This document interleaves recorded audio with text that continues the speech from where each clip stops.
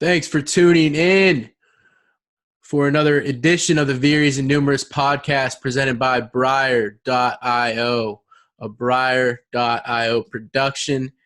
Quick shout out here. I start every episode like this to our sponsors, as you can see them scrolling across as I read them off here. Special thanks to Thunder Games. Thunder Games creates games that integrate Bitcoin and process payments via the Lightning Network. They're actually I'm having the creator on the podcast for next.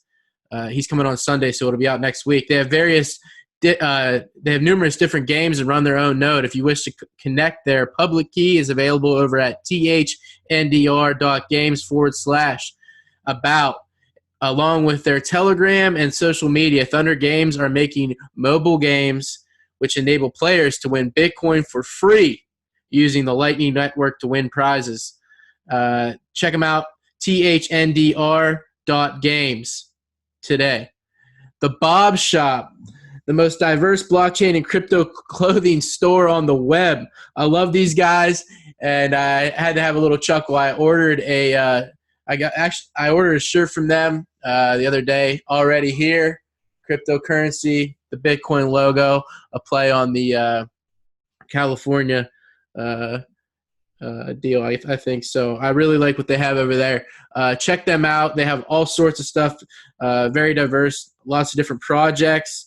Check them out, bobcrypto.com. That's BOBCRYPTO.co.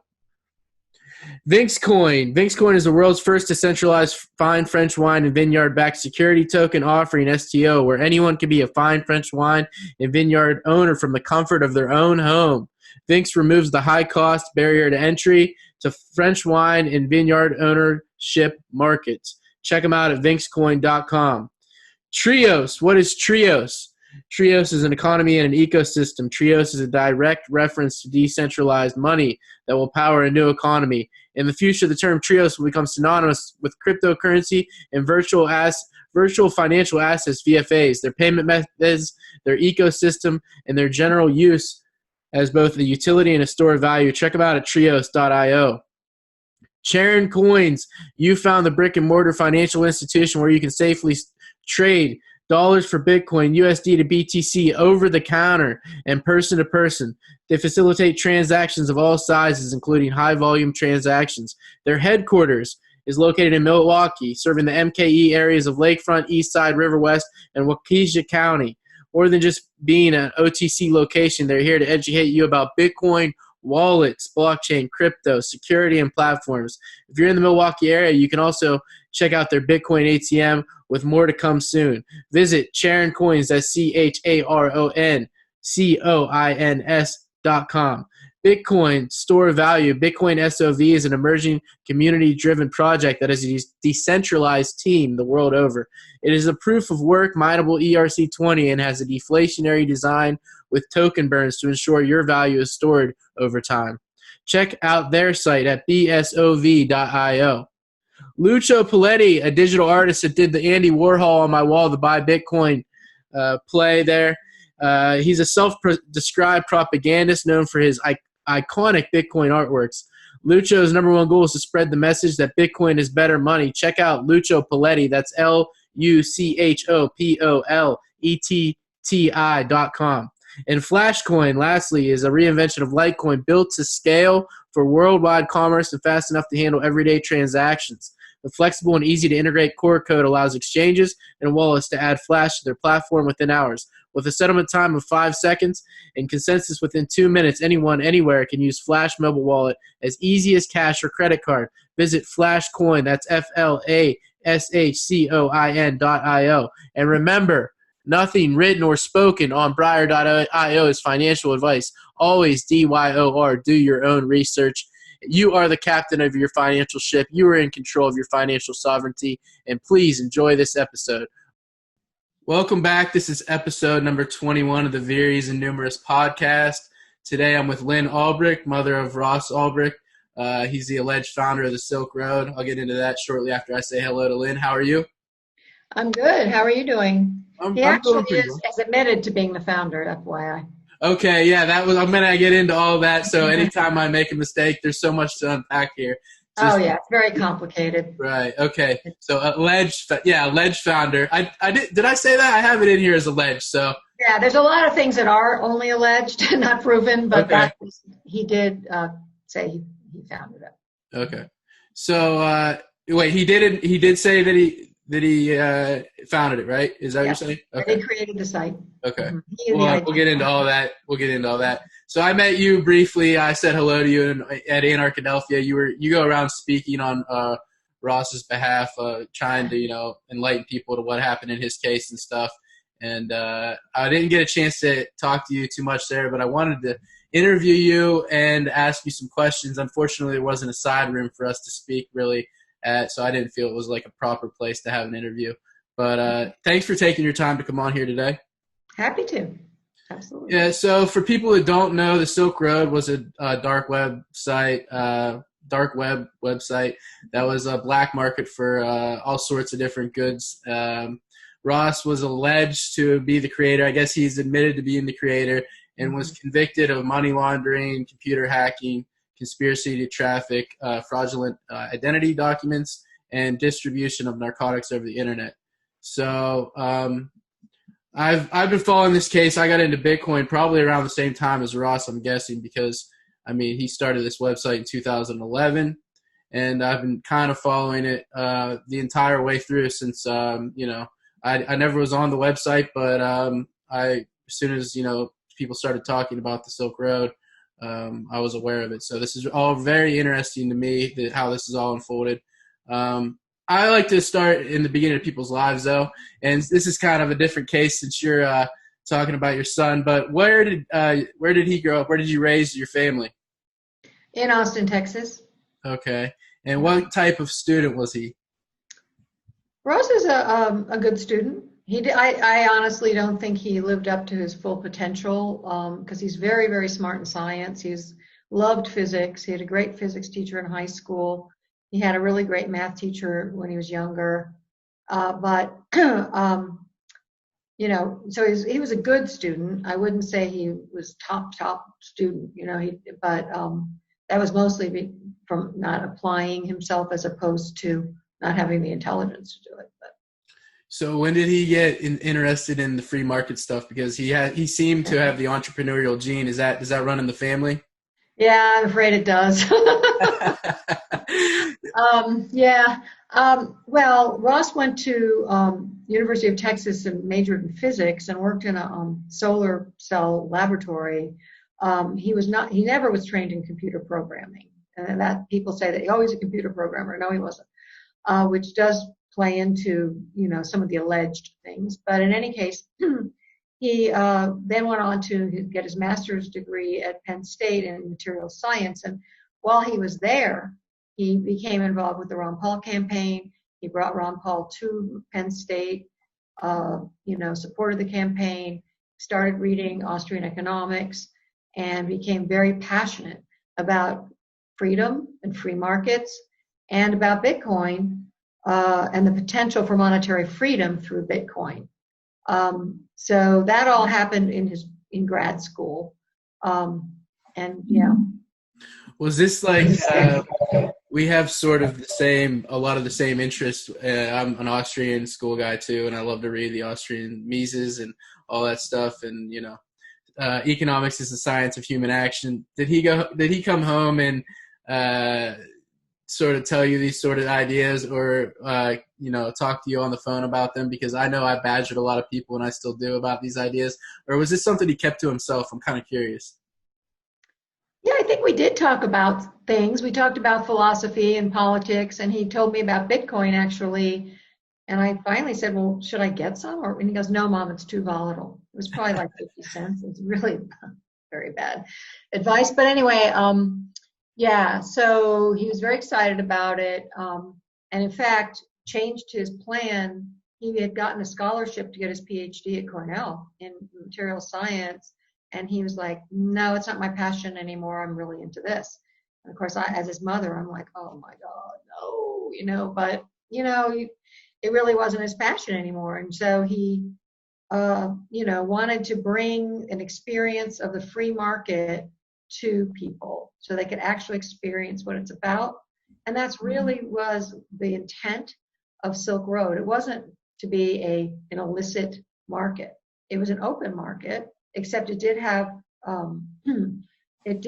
prohibitions because it was based on the non-aggression principle, so that if a third party were harmed by a transaction, it was not permitted. So, for example, there was no child pornography or anything related to hurting children because, well, that's the third party, the child, or stolen property. Well, the third party had his stuff stolen. So that was the rule across the board. But drugs were allowed. It was considered a, exchange between two willing people, and so it was not controlled. But, you'll read about it, and it's all about, I just read an article I couldn't believe, because there's a billboard now up in Times Square, Free Ross.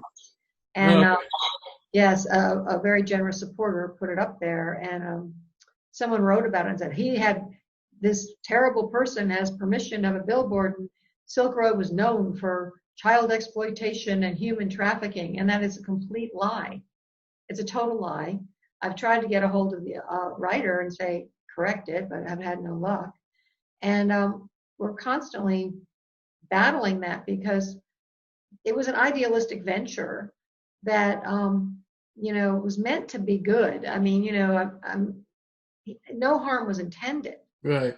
So to give him a double life plus 40-year sentence to someone who's completely nonviolent and peaceful, has shown that his entire life, is a terrible, terrible thing. Yeah, the natural law and the non-aggression principle and all that stuff kind of is wrapped into the Austrian ethos too, I think. And I believe from the research I did that it was even on the front page of the website that, violence won't be tolerated or isn't endorsed in any, sort of markets any vendors or whatever that try to come in and, do that kind of stuff will be whatever, reprimanded or kicked off or whatever. So it is interesting how they were. How people try to frame the argument. So at what time, let's get more into the Silk Road. At what time did he give up the name DPR? He went by the Dread Pirate Roberts upon the creation of the site, I believe. Well, no, that's not accurate. Okay. And I just know from, there's a document, and it's also you can watch it. It's a podcast. It's a video. It is a written document on our website called Silk Road, the real untold story. That's footnoted heavily, and it talks about how initially it was admin, whoever was admin, and I think there were many, and then when Wired interviewed DPR, he came out with the name. But even in the interview, he says, I got it from my predecessor. Ross said he never did that interview. He had already passed it on. Like I said, he wasn't a computer programmer. So it became very overwhelming. He was really stressed out. And it just, was getting bigger than he had ever thought it would be.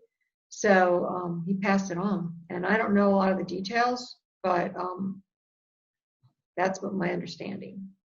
Okay. Like I said, just correct me if I say something wrong. Sure. It's no, not intentionally. I don't expect you to. I can be corrected as well. I mean, it's a very technical and complex case, and honestly, sometimes I'm like, what was that again? Yeah, it's tough to keep everything straight, and when you're getting things secondary or down the line from people that are journalists, and like we've already mentioned, people have a way of putting their own spin on things. So I recommend looking at that, either listening to it or watching it or reading what we have on the site. I think you'll find it really interesting if you're interested. Yeah, I actually have watched that before. It's been a little while. I've watched most of the stuff out there about the case. What about so do you know how Mark Karpelis came into the entire situation about, maybe that he owned Mt. Gox when it was hacked or whatever, where the Bitcoin were, the exchange was allegedly hacked and all that stuff. And then it was thought that he may be DPR. Do you know why that was thought that he was DPR or much about that? Because that all seems a little bit, I'm confused about that whole thing personally. Yeah, well, it's kind of confusing. Really all I know is It came from the testimony of a government agent at trial. Jared Duryagan, who was he was the main guy on the investigation initially out of Chicago, and he was cross-examined. Well, he testified and then was cross-examined at trial. I think he was on the stand for like 3 days, and he talked about how he believed. First of all, he said there were many DPRs. He said that. I heard him say it with my own ears. But then he said, because he was undercover on the site for 2 years and thousands of hours as a Cirrus, I think was his pseudonym. But in any case, he said that he started talking about how he believed DPR was Mark Karpeles, and how he had told the other. There was a lot of competition among the investigators to be the one that bagged the trophy. And so he told the other ones, look, back off. I don't want to alert Karpeles because we're closing in. And what happened was they did alert him. They were corrupt agents in Maryland. They're now in prison. Mm-hmm. We can go into that too because they weren't allowed to be known at the trial. That's on the list. Huh? That's okay. on my list. And they did alert Karpeles by seizing money. I think it was $2 million out of his account. And so he knew that he was being pursued. And then the agent, this federal agent, Jared Duryagan, at trial, testified that there was a meeting in Guam between Karpeles' lawyers and the agents in, I believe, in Maryland. And so at that meeting, he had been told that the Karpeles' lawyers offered a name of DPR in exchange for backing off of their client. And then very shortly afterwards, Ross was arrested. Duryagan always thought it was Mark Karpeles, and you can read about it in the document we have on our site from official emails and papers that have been preserved, where Duryagan is saying Karpeles is wiping all his stuff now. Now that Ross has been arrested, he's wiping it. He's going to get away with it. Blah blah blah. Now and then what happened was the prosecution so vociferously objected that to this testimony that the judge allowed the trial to be stopped. It was getting late, and when it resumed, and she said, "Well, it's valid. You know, an alternate perpetrator is a valid argument." When we returned the following week, she said, "Nothing about Karpeles must be mentioned. Nothing about an alternate perpetrator can be mentioned. The jury must forget they ever heard it. It will be expunged from the record." And I'm like, "What?" Wow, that's interesting. Was he subpoenaed? Karpeles? Yeah. No, I don't think so. Okay. So, no, we weren't allowed to mention his name. And so to be honest, I'm not saying it is Mark or not Mark. I don't know. What do I know? I'm just saying what I observed in trial. And so that's pretty much what I know. I mean, I've talked to people who feel like he stole Bitcoin and this and that, and I know he was later arrested. I don't know if he's in jail now. I don't really. I don't think he ever went to jail, or he didn't go to jail for long. I don't know what the term. 2 years, I thought, in Japan. Yeah, he got pretty easy for what the amount of money that went missing, whether that was an accident or not. So, but what about what? Interesting that no money ever went missing from Silk Road until the federal agents got involved. Right. No big drug. What exactly? Yeah, I have that coming up here in a few questions. Yeah. What exactly did Ross ever give any sort of? Did he ever mention, or are you allowed to mention who he thought he may have sold it to? I mean, given the nature of the website and anonymity, I'm just wondering if he actually had ever told you, like, I think that it was Mark Karpeles, or I think it was somebody else. Not really. He doesn't tell me everything. You know, yeah. First of all, I'm talking to him in prison. Right. I haven't, and everything's recorded. And so I don't really have a lot of inside info, that kind of stuff.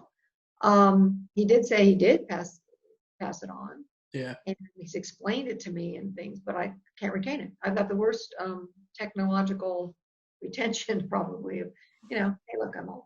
But, it's not my thing. I'm not a math person. He didn't get his abilities from me. Those abilities. That's funny. So yeah, I didn't. I mean, believe me. So I actually don't know. Okay, so he started the site in 2011, and then they caught up to him in San Francisco, I believe, in a library. Is that accurate? Yes. Okay, and is what I have read, and I actually have this question as well. I read the Kingpin book, and I know when I went through it, there was a lot in there I felt like was pretty inaccurate from just what I've gathered. But I did read the book, and I'm just wondering, like, did he actually have the laptop open like everybody's saying? How did they get in there and get all the Bitcoin? Because he's obviously a very smart guy. Ross, I'm talking about Ross. He's obviously very intelligent. To me, it would seem like maybe they were somehow he had him cryptographically secured somewhere. I'm just curious if you know any of that stuff, like how that all went down. Is that accurate, how it's depicted in the book, or how people say? Well, first of all, I didn't read the book. I did read some excerpts, and there's a lot of inaccuracies just in the excerpts. Because Bilton talks about things that I was there. He paints a picture, like, for example, there's a part that I read that was like Ross was living in a basement and he was just really weirdo. And so Right. Well, I was in that basement in Pennsylvania in a house Ross owned, that it was a finished basement with a carpet and an office area and and it was nice. So, I mean, yeah, he was in the basement. Okay. But it's like distorted. And actually Curtis Green, who has written about in that book as well, said, oh yeah, he said I lived in a rundown shack or something. And then the picture, he said, here's my house. It was a nice house, so there's a lot of that kind, but journalists do that stuff. But I was warned not to get involved in that book because I was being urged by him to be involved by someone who's an insider and said, don't get involved. It's going to be the government narrative. And in fact, I know that the government provided their narrative to him a year before trial. So, I'm very suspect of the book. But it's out there. But no, you're right. You're perceptive to see that. One of the things that was in the book that was actually used in the Supreme Court case was that it talks about how the government used a directional antenna.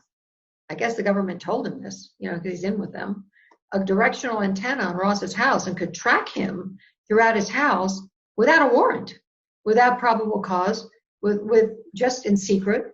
And that actually came up in the Supreme Court case of Ross's about how they, are trampling on our Fourth Amendment rights and protections. But in any case, what was your question again? I'm just wondering about the Bitcoin specifically. Now that you've answered that, how did they get into his wallet to look to basically get to the Bitcoin? Okay, so what I know about from the trial is that Ross was in the library downloading the Colbert Report. He was on an open source network, and actually, we had wanted to call a tech witness, and he wasn't permitted to come in and testify. That with an open source network and anonymous people running it, you can't say who was doing this. And it's open to people doing all kinds of stuff on there. And so that's what Ross was doing. And what I understand is that, it's all in the document, so I may misspeak, but that he was, that the same agent that I was talking about who thought it was Carpella's got on there and said, can you log in? And he did. And at that time, they seized him and his laptop. Now, something else to be known about the whole laptop investigation, and this came up at trial again and was shot down by the judge. Our lawyer wasn't allowed to question. But one of these agents, well, they broke protocol throughout the whole thing. But one of these agents had that laptop all to himself, no supervision, for up to 3 hours, 2 to 3 hours. He could have done anything he wanted with it. I mean, and this is totally against protocol. Right. Well, as they crashed it, they apparently by the time, and I'm not technical enough to really talk about, but apparently by the time it got to the trial, it was a copy of a copy of a copy that had been manhandled for a long time. And there was all kinds of opportunity to mess with it. So this should have been thrown out just on that. And instead, they went right through. Was this one of the agents that had the laptop that was later indicted themselves? No, the different guys, the ones who are indicted and are in prison now. They're in prison right now. Yeah, I was curious if they had gotten out yet. They haven't gotten out yet, but I believe one of them is getting out in October. The alleged victim, Curtis Green, who they got to they poured ketchup on him like he was dead and stuff like that. Right, the one guy they got to and kind of had him. They say he basically worked for Ross or whoever DPR was. Yeah, he was an admin, right. A high-level admin. And I know Curtis. I've gotten to know him. He doesn't believe it was Ross who was in those anonymous chats about murder for hire. And he really wants Ross out. And he's actually come out publicly and said, I look forward to him getting out, but I'm really afraid of those agents getting out. He's terrified of the agents. And because he was brutalized by them. And he's afraid of them. So, but in any case, and he said that publicly, but those agents are the ones that were working out of Maryland, and they submitted the material that the whole Maryland indictment, which included murder for hire, was based. This is a corrupt agent who submitted this, and this is whose word we're taking is this is a real chat, that this is not something that was completely fabricated. And it's been dismissed with prejudice, and it was never charged at trial. So this whole murder for hire thing that keeps, it's around and has poisoned this case was never proven at trial. It was never ruled on by a jury. It was never prosecuted. It has now been dismissed with prejudice. It does not exist in the legal system. And Ross is basically exonerated of this, but people still talk about it. And they don't even say murder for hire. They go murder, as if he murdered. I mean, and I'm like, who's murdered? Could you please tell me? Because no one was murdered. The government. Right. Is that the kingpin charge that you're alluding to? Is that the one that is out, or is that separate? That's separate. Okay. There was no charge. I don't think there was a kingpin charge in Maryland. I don't think. Well, the kingpin charge happened when Ross was offered a kind of a plea, not really a plea, that was 10 years, but they were going to recommend life to the judge. And when he turned that down on the advice of his lawyer, they said, okay, if you're going to do that, then we're going to load on the kingpin charge. This was late in the game. Because they know, what, a website host is a kingpin? Right. It's like Pablo Escobar or El Chapo? Sure. So in any case, they loaded it on, and it has its own life sentence, hence the double life sentence. But, and then the minimum was 20 years instead of 10, and they'd still recommend life. So that came late, and really, honestly, it's horrible. It's an evil thing to do, to put that on someone who's a nonviolent person. I don't think there's too many kingpins who adhere to the non-aggression principle and, have a book club and, believe in voluntary interaction. It's just such an abuse of government power to do that. Do you believe that he was sort of unfairly, prosecuted, or because of his beliefs? I think I read at one point, and this has all been unraveling over many years now. So, but I believe that I read at one point that was it the judge that I read, or somebody that he, they knew that he has these anarcho-capitalist beliefs. And can you talk about that a little bit? Yes, I'd be happy to. First of all, yes, I believe that it's an idea, a revolutionary idea, is much more dangerous than drugs. I don't think the government really minds, about the drugs that much. The biggest drug seller who's convicted of the biggest drug seller on Silk Road got 10 years, and he's the same offense level as Ross. So, but in any case, and Blake Benthal, who was running Silk Road 2, which was bigger and sold more drugs, has done no prison time at all. So I don't think they really care about it that much. They don't think they're a danger. But an idea like Bitcoin, an idea like that kind of free market is very dangerous. And so Ross's libertarian beliefs were not permitted to be known to the jury. That was forbidden. It was a very carefully controlled narrative. And then later in sentencing, the judge even said, she goes, we know you founded this site based on a philosophy. It's your philosophy. And I'm not sure it's a philosophy you've left behind. So basically, I need to have you die in prison because of this dangerous philosophy of the non-aggression principle and voluntary interaction. And yes, and I feel like that's a First Amendment offense. We should not be caged and condemned to die in a cage for our philosophy in this country. That's not what we're supposed to happen. But she did justify her draconian sentence with that statement. And so, yeah. Yeah, that's very interesting. I wanted to ask you a little bit more about that. Yeah. Speaking of, we talked about Ron Paul a little bit. He's was major in, converting me to the Austrian school and right. All that stuff. I know you talked to a lot of people in this realm that are interested in what Ron Paul's done. Has anyone been able to reach out and get him to, I don't know, use his voice to, try to help in any way? I've talked to him. Yeah. But, at conferences. So I know, and I was on a podcast with him on the crypto show, and Danny Sessom, who's the host of it, said to him, do you know about Ross Ulbricht and what do you think? And his answer was, well, I was somewhat, was neutral, but he basically said when I was running, I said that I would pardon every nonviolent offender. I don't want any nonviolent offenders in prison. So implying that, of course, he would pardon Ross if he were president.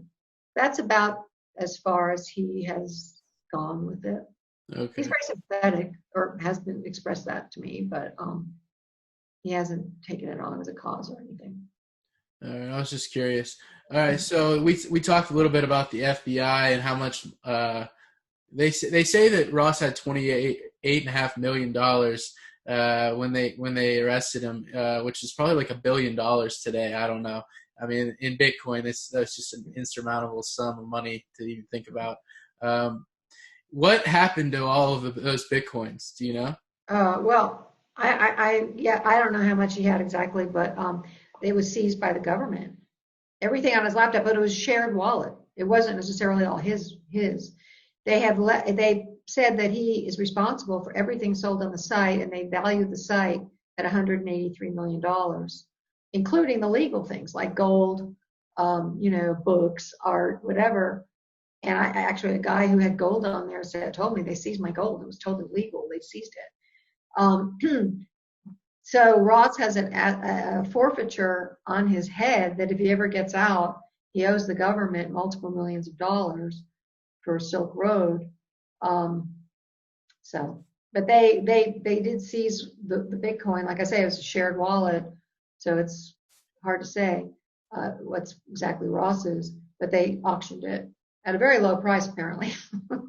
Yeah, that was a while ago. It's hard to remember how all that went down now. Right. But Tim Draper, who bought a lot of the Bitcoin, has been very supportive. He's spoken out for Ross. He's been great. So,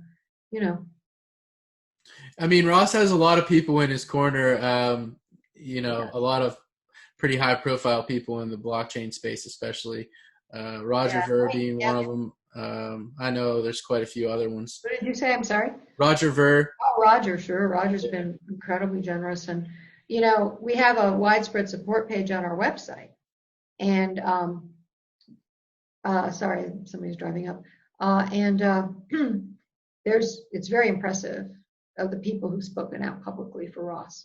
It's on our website. You can see them.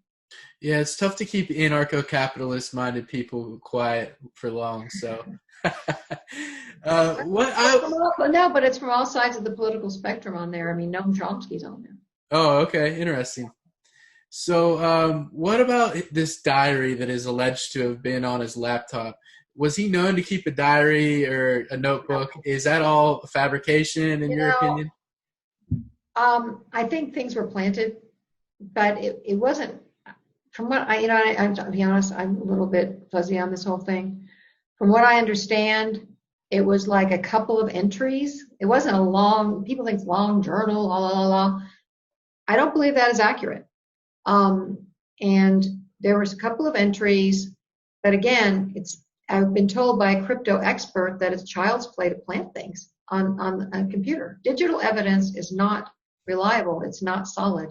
And that was the majority of the evidence that was in the trial. Did the defense call a lot of cryptography experts and stuff like that, or how did that work? Well, they tried. I mean, they tried to call this technology guy. Oh yeah. So it's addressed, I believe, in the document on our site, and I should know more about it. But what our lawyer told me is that it wasn't a journal, that there were some entries, things that, and again, it's all questionable what was real. And I had a crypto expert tell me it's child's play for them to plant things, child's play. So, and the NSA was involved. We know that now from Snowden papers and pursuing Bitcoin users in Silk Road, and they have all the technology to do that. So, I think a lot of it, I personally think a lot of this is dramatized for effect. And, but no, Ross has never been known to keep a diary. And the whole thing with the chats that are supposedly murder for hire. Right. I looked at those chats and I'm like, this is the phoniest sounding thing I've ever heard.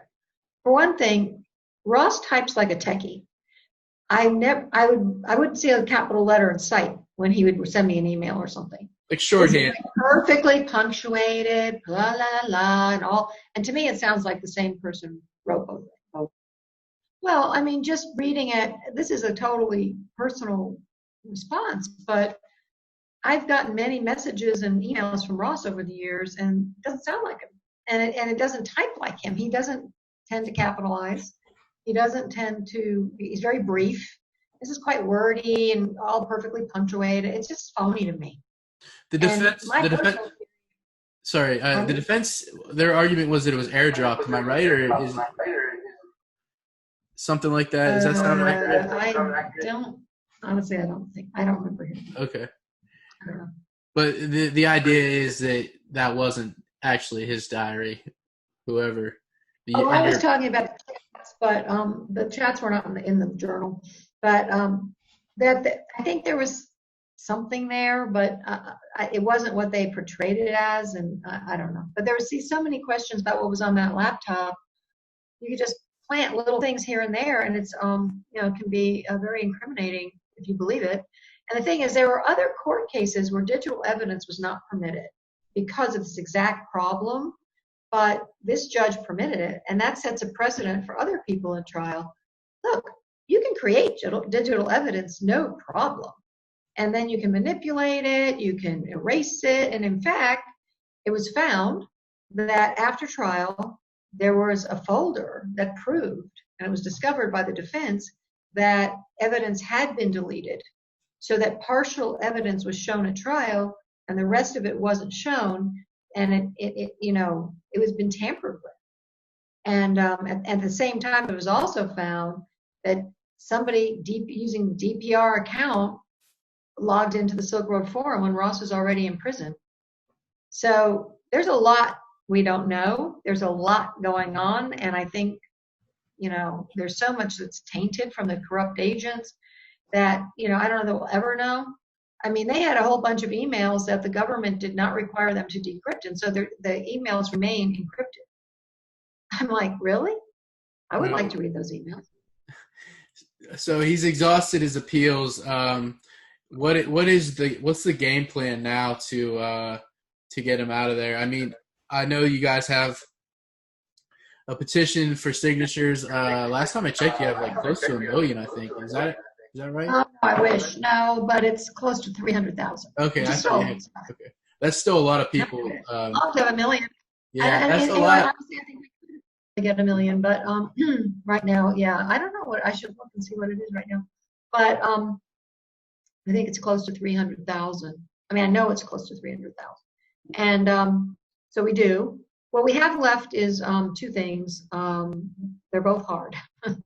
One is it actually takes place in a court, but it's not a direct appeal to the criminal courts. It's called a 2255, and we do have lawyers working on it. And that's going on. I think it's been somewhat delayed by the whole COVID thing, courtrooms being closed. It's very difficult to win, very. And it's taking place in the Southern District of New York, the Southern District judge, and at least it's not the same judge who sentenced him, which it was going to be until she retired, which is crazy, that it would be the same judge. But anyway, it's not. But the other thing is a clemency, basically a commutation of this sentence, a correction of the sentence by the President of the United States. So that, it's a matter of having President Trump see the injustice here. And in fact, Bernard Kerik just recently tweeted 2 days ago it was the worst case of injustice he's ever seen. He that's great. He did that. He's an old friend of the president. I just hope that it can be brought to his attention in a way that he will look at it and go, you know what, this sentence is over the top. This is wrong. And it sets a terrible precedent for others. Because it's like, well, this kid got, double life plus 40. Well, and that's how the courts work. They operate on precedent. Yeah. And Trump has pardoned quite a few people recently. Yeah. So yes. Maybe if he gets in the second term, while I'm not a big fan of politics, I think that might be a good thing for Ross. Maybe he'll be able to get out that way. That might be a good one of his best bets. Well, he doesn't have a lot of bets left. So, but that one, I agree. And I think that President Trump is kind of a wild card in a lot of ways. I mean, he thinks for himself and goes, you never know. So right. I'm willing to be hopeful. Mm-hmm. I had a few questions from people that were I put out on Twitter and Facebook that you were going to be my guest on the show today. One person wants to know how does he get these tweets out? He has a Twitter account. I don't know if I don't know if you want to speak on that or not, because that's obviously it's very simple. It's super simple. He writes them on a piece of paper, puts them in the mail to someone close to the family, and they publish it. Okay, I don't, cool. But because it is nice to see what he's thinking about. Yeah. Yeah, and you can get an idea of who he is and his personality, and he's so sweet, right?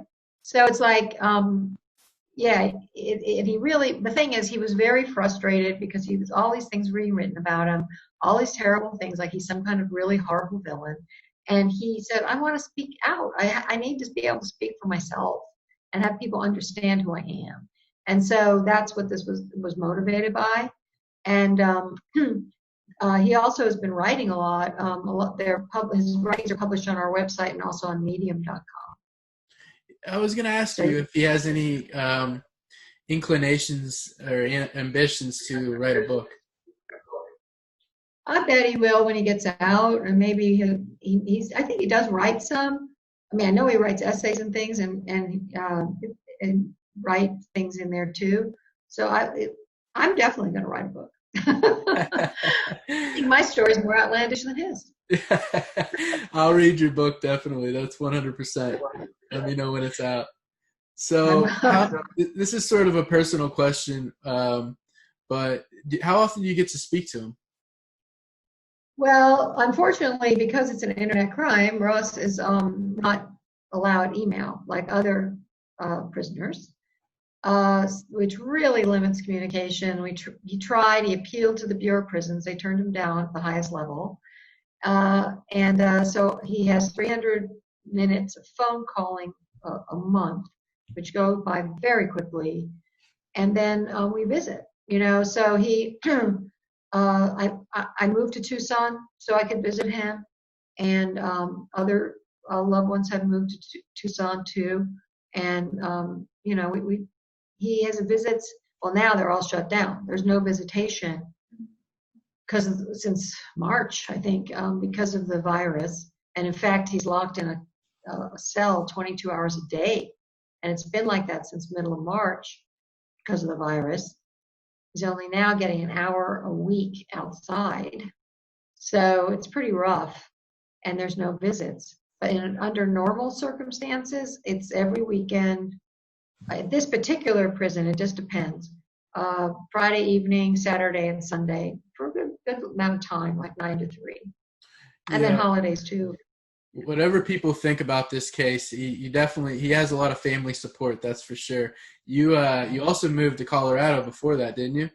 I did, and New York before that. Wow. And yeah, I've been kind of dramatic following. Yeah, I just really, really feel that it's just so essential to keep his mental and emotional health good that he has a lifeline to the outside world. And so from the beginning, I've done that. And I just do. And so many of these poor people in prison, their families turn their backs on them. Not all. Some are very loyal and see them. But a lot of them do, and they're embarrassed or whatever. And it's terribly, terribly sad. Right. What's his overall mind, state of mind right now? I know some of his tweets are kind of up, some of them are a little more down. Does he seem to be pretty even keel most of the time you talk to him, or what do you kind of take from, your interactions? Yeah. Well, I would say that Ross's personality in general is very laid back and even. He's always been a very easygoing person. I think it's served him well being in maximum security prisons, to be honest. But he doesn't tend to, he's not a pushover, but he also is very laid back and doesn't, he's got really good perspective. So I would say that, he did a meditation retreat during this lockdown, and things like that. But look, any human being would get down about the situation. It's old. It really gets old. You're in a cell 8 by 10 for every day, 22 hours for months. It's horrendous. It's really cruel. It is. And I wouldn't put that on my worst enemy. No. So I think he's staying mentally healthy and everything. But look, it's tough. It's not an easy thing. Right. Is he still? I think I read that he was at one point that he was teaching some prisoners, like helping them get their GED or something like that. Is he still doing that? Well, he's teaching. Now he's not, of course, because they're all in lockdown. But he was teaching classes. He's helped people get their high school degree, which is GED. He's 4 guys. In fact, they wrote about it. It's on our website. There's a link called 100 Letters. That's on the Meet Ross page. 4 of the letters are from fellow prisoners who said he gave so much of himself to help them, and they got into college remotely because of Ross. They completely credit him for this. And he's tutored. He's done a lot of things like that. He's very educated. He's a good communicator, and he's always been a good teacher. When he was in grad school, he's people that he would mentor and said, oh, he's so great. He's a good communicator. And so he's putting that to use to help people, because Ross really cares about people. He really does. Right. That's very admirable. And one of the reasons I think that, he probably, and I can't speak for him obviously, but created the site is, buying drugs and stuff like that is known to be a very dangerous thing to do. So I think another thing that I had read or seen at one point was that somebody, was it a university or agency, somebody came out and said that, they did a study about how much safer it was to go through the Silk Road than go to the neighborhood drug dealer or whatever. Do you remember that? Yeah, they've done studies, academic studies and stuff. It's actually a kind of a no-brainer. If you have a review system, frankly, I'm not going to defend selling drugs or taking drugs or any of that, or even the site. Right. But it wasn't meant to be harmful. That's the main thing. And there was no force used. There was no, and it was hard to get to. It's not like Amazon or something. You had to open a Bitcoin account. You had to fund the Bitcoin account, and you had to know how to use Tor. It wasn't an easy thing. And so, not that, but again, I'm not, look, it's a very controversial. Absolutely. Yeah. What gives you hope that his sentence will be commuted? Well, as Ross said, as long as there's life, there's hope. And he's alive. I think he's still healthy. As far as I know, he's healthy. And, anything can happen in this crazy world, as we've seen. Who would have predicted this? And it's really just people and paperwork to get someone out of prison. It's not physically moving a mountain or, lifting a giant boulder with my bare hands. It's people and paperwork. And so as long as, it's possible, which it is, it's possible, then I stay hopeful. And I think there's, as you've said, there's so many people supporting us, so many people who care about this, so many people speaking out, that I just believe eventually it'll happen. The other thing that I think is important to remember is that the world was very different when Silk Road, Ross was on trial, all that. Bitcoin was hardly known by anybody. I mean, Silk Road put Bitcoin on the map. Absolutely. And it wouldn't even be anything if it weren't for Ross's vision. And also drugs. I mean, cannabis is legal and the thing that was most commonly sold on Silk Road was these amounts of cannabis. I was in San Francisco a while ago, and there's this big billboards, cannabis delivered to your door. And I'm like, wait a minute, isn't that what Silk Road is talking about? So it's like, it's changed. People's attitudes have changed. And I just hope that, I'm hopeful. I'm hopeful that it'll get put in perspective. And of course, anyone I tell about this sentence is appalled. They're just like, what? What are you saying? This is unbelievable. And really, to sign the petition, you don't even have to know all the ins and outs of the case. Just know that a peaceful first-time offender, young guy, did something on a computer and got double life plus 40 years in America, really? Without parole, with no hope of redemption, no chance to redeem himself, nothing. It's just looking down an abyss to your death in prison. This is, this should not be. No nonviolent person should even be in prison, in my opinion. Now, my views have really shifted, and it's definitely a terrible place. We have technology that can track them. They can be paying back. They can be doing a lot of things and saving the taxpayer billions of dollars, by the way. So, anyway, I am hopeful. If I weren't, I would be. I'd have to be. Glad to hear that. Mm-hmm. No, but I am. I really am. Mm-hmm. Have you spoken to him about the future of Bitcoin? Yeah, he wrote a thing saying he thinks he's very much an advocate of the Elliott wave theory. And he sees it as going down and then going back up. He sees it going down. I don't know. What is it? What? I read one of his recent posts about that, so I was curious. I read his most recent Medium, I think, about that. Yeah. Yeah, he's pretty. He doesn't have access to the internet or a computer, but we do send him charts and things, and that's how he feels. That's his opinion. I'm not, like I said, I'm very right-brained. I'm not the math person, so I don't know a lot about it. Yeah, I think a lot of people are still really interested in what he thinks about Bitcoin, so I was curious. Yeah, I view it as the same sort of vehicle for free markets, so especially in like developing countries and stuff too, where they're not given the same, or places with hyperinflation. So it's interesting to think about. I only have a couple last. I want to just make a quick point about that in Bitcoin, because I've gone to so many conferences and spoken about Ross and Bitcoin conferences, and a lot of people, it's all about the money and the new coin or whatever it is, and I always make the point, and Ross has written about this, Bitcoin's about freedom. That's what it's about. That's what captivated him. And it's really an idea. Mm-hmm. It's an idea that is can be in practice. But cryptocurrency in general is about freedom. And I think that's what got him in so much trouble. But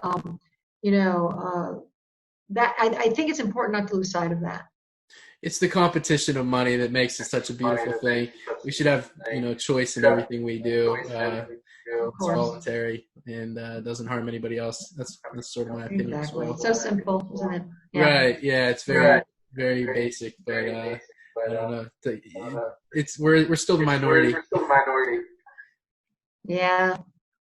I guess. So, where are you speaking? I know you do a lot of speaking engagements. Where are you speaking this year?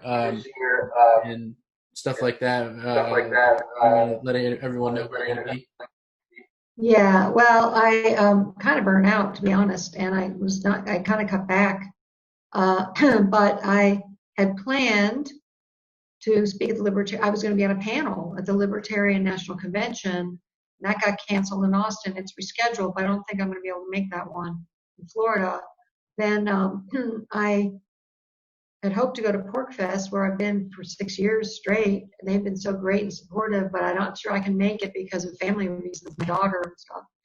And then, but I am going to attend. I don't know that I'm speaking. Last year I had a round table, and I have spoken at Freedom Fest, but I was given a pass by a supporter. Mm-hmm. So, because it's kind of expensive. And and then I'm going to speak at Anarcho Vegas, and they're great people. Yeah, I know that. I just missed that event last year. Oh, you should come. I was in Vegas, right? I was in Vegas the week they held it, and I flew home right before, unfortunately. I wish I would have been able to go. But yeah, maybe I'll see you there. Yeah, you can do it again. Yeah. Try, But anyway, but that's all I have right now. I'm doing a lot of interviews. It was really, to be honest, I got really exhausted. I love conferences and meeting everybody, but it's also extremely exhausting. And honestly, what I need to do now is get the president's attention. And a lot of the conferences I do, I'm not sure that is helping me do that, because they're, Bitcoin and the sort of thing. I don't know that that's really the way to do it. So yeah, but it can do them, but you gotta get exhausted. Right, get outside of our little echo chamber and maybe find another path for the president's here. Yeah. Maybe tweet at the guy you mentioned earlier that's friends with Trump. Bernard Carrick, yeah. Yeah. But do you want to tell everyone? I have one last question.